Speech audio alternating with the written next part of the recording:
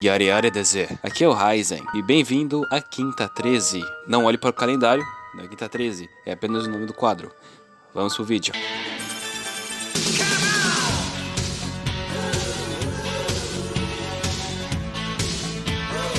Um caso muito famoso, cercado de muitas perguntas, que aconteceu aqui no Brasil mesmo, foi o polêmico mistério das máscaras de chumbo. Com teorias até mesmo sobre alienígenas e seres interdimensionais, o fato aconteceu em 1966 e já fazem 54 anos. Novas teorias têm surgido e tornado o caso mais misterioso do que nunca. Por outro lado, ainda nem tudo tem explicação. Uma coisa é certa, até hoje ele não tem solução. Uau, eu pareço o cara do Linha Direta, meu Deus!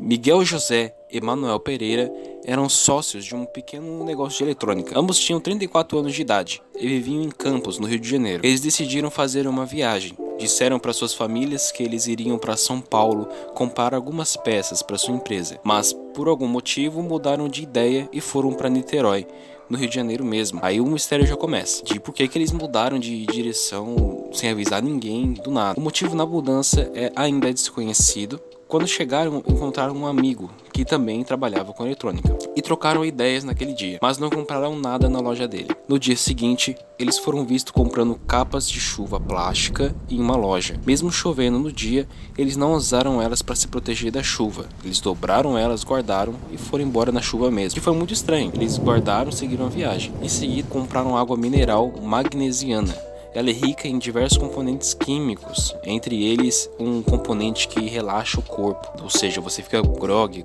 quase desmaiado. E essa foi a última vez que eles foram vistos com vida. Um garoto encontrou 2 corpos no topo do morro do Vintém e logo acionou a polícia. Chegando lá, eles encontraram a dupla já em avançado estado de decomposição. Eram os cadáveres de Miguel José e Manuel Pereira. Entre seus pertences foi encontrado água magnesiana e um papel laminado moldado, como se ele fosse usado como um copo para tomar água, e um embrulho com algumas toalhas, assim como também um par de óculos com uma aliança em uma das hastes, e as famosas máscaras de chumbo, com formato de óculos, mas eles eram puramente de chumbo. No bolso deles havia 2 pedaços de papel, em um tinha equações de eletrônica e no outro algo muito curioso. Tinha algumas instruções com horários e procedimentos. Estava escrito: 4h30, estar no local determinado. 6 horas, ingerir cápsula após efeito. Proteger metais. Aguardar sinal máscara. Além desses objetos, também tinham seus documentos pessoais, o que facilitou a identificação deles e parte do dinheiro que tinham levado consigo.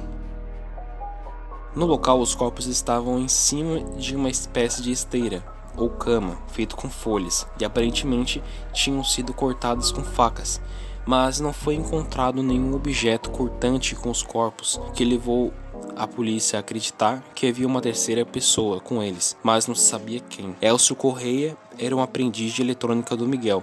Ele chegou a acompanhá-los para a rodoviária no dia da viagem. Ele foi interrogado e logo liberado após ter sido constatado que tinha apenas acompanhado para a rodoviária e não seguido viagem junto com eles. Na verdade, ele nem sabia o motivo da viagem. Sobre o bilhete, foi definido que a letra era de Miguel e por causa dele, a polícia desconfiou que eles tinham sido envenenados. Então foi encaminhado um exame toxicológico para provar isso. Nesse meio tempo, eles procuraram por possíveis inimigos deles, possíveis dívidas e etc.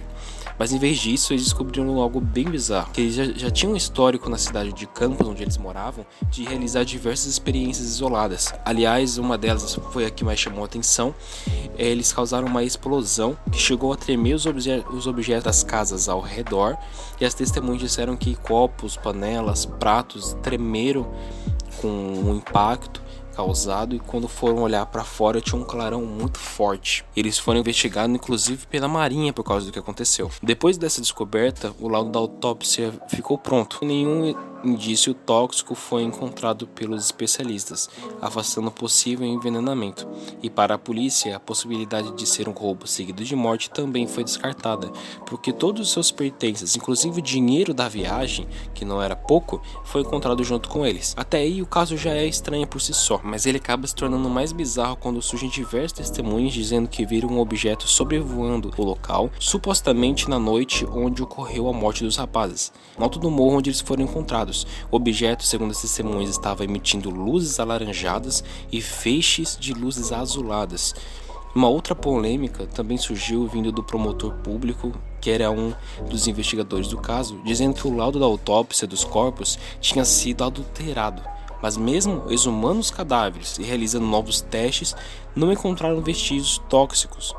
Algo estranho levantado é que 12 anos após o ocorrido, o mato ainda não tinha crescido onde os corpos foram achados. Uma teoria é que eles usaram formol na época por causa do mau cheiro, e outros acreditam ser um efeito da radiação. Em 1969, esse caso foi arquivado sem nenhuma solução. Super bizarro, acharam que viram OVNI, viram um clarão, um monte de coisa e nenhuma explicação até agora. Segundo alguns amigos próximos, Elcio, o rapaz que acompanhou eles para a rodoviária, era espírita e despertou neles um interesse sobre seres interdimensionais. Então surge uma teoria sobre isso. Niterói foi praticamente o berço do espiritismo no Brasil. Se você quisesse adquirir algum conhecimento ou ter alguma experiência espiritual, era para lá que você iria na época. Boa parte dos praticantes de esoterismo também acreditam na existência de seres iluminados de grande poder, como o El Moria, o dito mestre do primeiro raio e etc. Supostamente há também uma grande fraternidade branca, constituída de outros seres igualmente iluminados. Enfim, provavelmente esses rapazes queriam manter contato com supostos seres de grande sabedoria, e as máscaras seriam utilizadas para proteger os olhos da grande radiação emanada por eles. Dependendo do grau de desenvolvimento espiritual que eles tinham, seria possível olhar para eles e possivelmente tomar os comprimidos para cair em transe e facilitar o contato. Erraram a dose e tiveram uma parada cardíaca. Essa teoria tem alguns furos, até porque na autópsia não foi encontrado um motivo claro da morte. Uma outra é mais interessante até, mas também envolve o ocultismo e até mesmo experimentos do Tesla. Seria um experimento de transformar o corpo humano em uma antena, absorvendo ondas de rádio e TV de outra dimensão. Os óculos de chumbo serviriam como uma tela de televisão mesmo, mas para isso seria necessário limpar os eletrólitos do corpo ingerindo uma cápsula de magnésio, ou no caso deles a água magnesiana, já que na época eles não acharam. As capas seriam para preservar o corpo para esse evento. Só que o perigo disso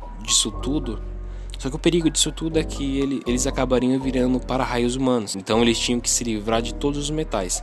Se você puxar da memória, um deles tinha uma aliança, e talvez isso teria atraído um raio para eles. E isso explicaria também um objeto luminoso visto no morro que disseram ser um OVNI na época. Por último, em algumas matérias é dito que houve uma morte semelhante a essa no Morro do Cruzeiro, em Neves, onde um rapaz que também era eletrônico foi encontrado nas mesmas condições, sem marca de luta, com todos os seus pertences e até mesmo uma máscara de ferro igual a desses dois. E supostamente ele tinha subido o morro para capturar sinais com a mente. Mas não existem muitas informações sobre isso e a torna duvidosa. Até se você procurar aí, talvez você nem ache nada sobre isso. Então, muito mistério cerca essa história, e muita coisa não foi explicada de fato até hoje. Todas as teorias se tornam rasas quando colocadas diante da autópsia, onde não foi encontrado um motivo claro para a morte. E esse ainda é um caso sem solução. Rapaziada, se você gostou do vídeo, eu peço para que você se inscreva para estar aí com a gente, vendo os vídeos, comenta o que você achou. Se você tem uma sugestão, vou ficar muito feliz com a sua participação aqui no canal. Eu tô começando agora e todo tipo de contato com vocês vai ser muito bem-vindo e vai ser realmente um incentivo para mim, que eu quero trazer muita coisa legal, muita informação nova para vocês.